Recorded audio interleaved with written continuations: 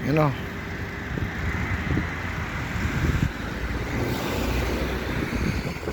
yung Toscana. Ayan. Yan ang barkong pinagsasakyan kung mamamasyal ka. Ayan. Germany, France, yung ruta niya. Ayan. Hotel sa taas. Yung mga bangka naman. Dito, ito ay sa Savona, Italy.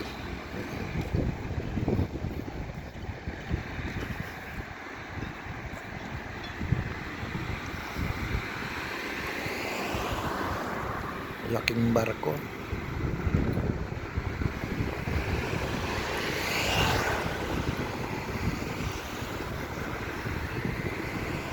Costa Toscana.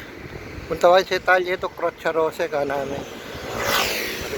Ito naman yung mga batso.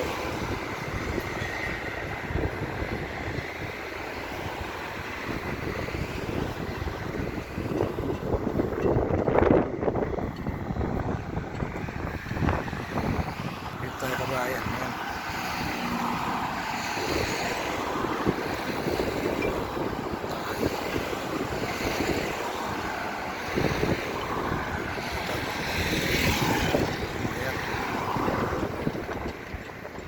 Kahit pa paano, nakikita nyo itong ano, barko.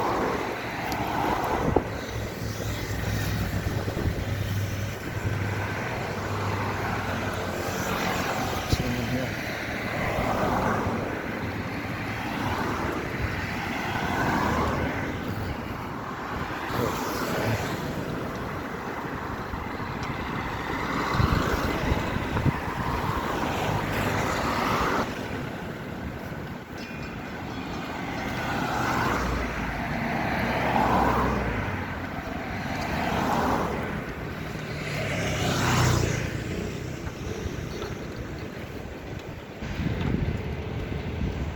Ayan naman yung sasakyan namin.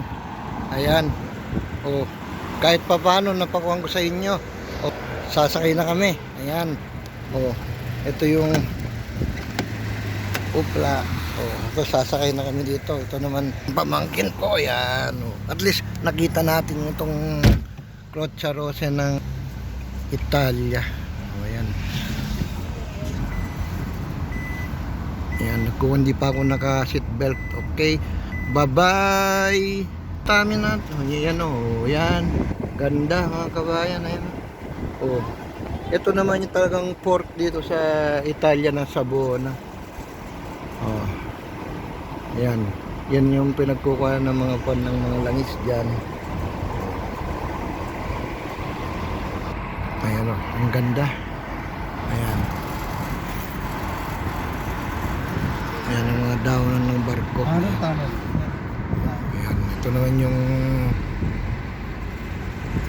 pauwi na kami. Ayan. Ayan, makikita mo dito. Ayan. Itong pamangkin ko ang driver naman namin, oh. Ihatid na. Oh, ayan.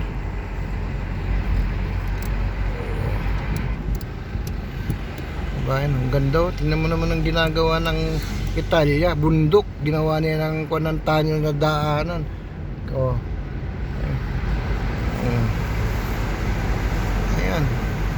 Ganito lang dito. Nagkataon ngayong linggo na masyal kami ng pamangkin ko dito. Oh, ayan oh. Oh. Nag-speaker ko na muna. Oh, nagkukuhan siya ng negosyong speaker pala. Ayan. Ayan oh, yung dagat oh. Ayan oh. Ayan. Oh.